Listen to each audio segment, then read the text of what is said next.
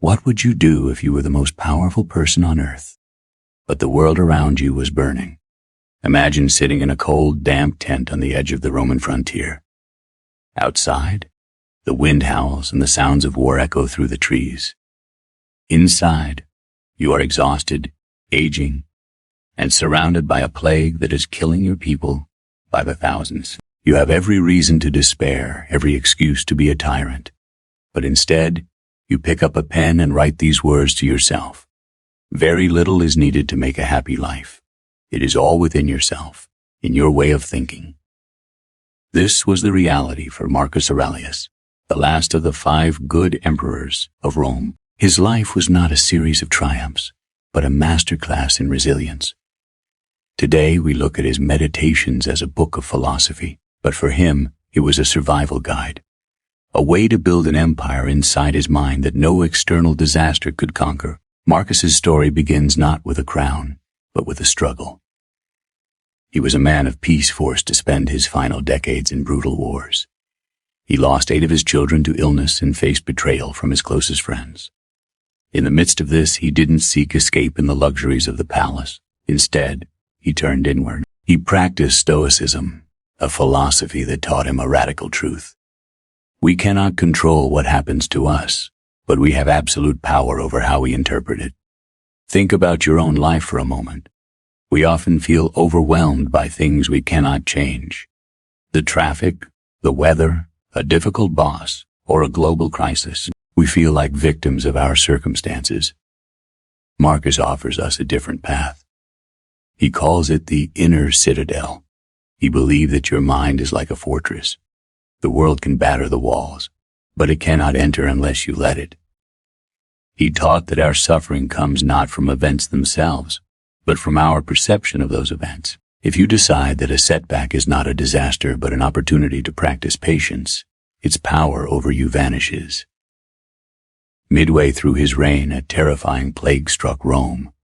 Panic was everywhere. But Marcus remained calm.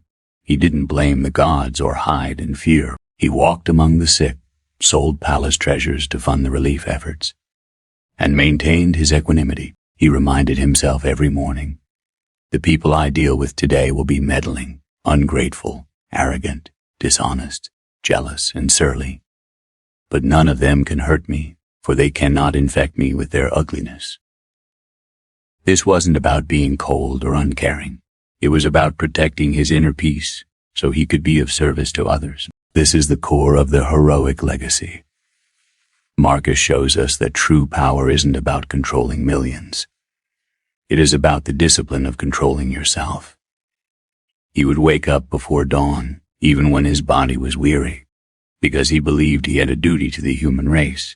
He saw himself not as a master of the world, but as a temporary guardian of a small piece of it. One of the most profound lessons Marcus leaves us is the concept of amor fati, the love of fate.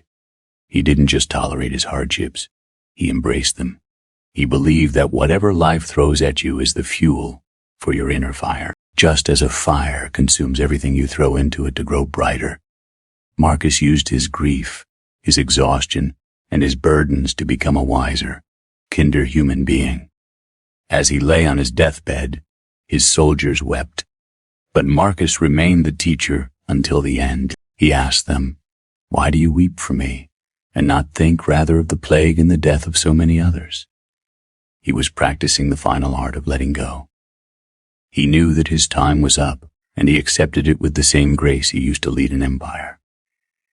He wasn't afraid of the end, because he had lived every day in accordance with his principles. Your life is your frontier, your challenges, the anxiety, the loneliness, the feeling of being stuck are your Germanic tribes.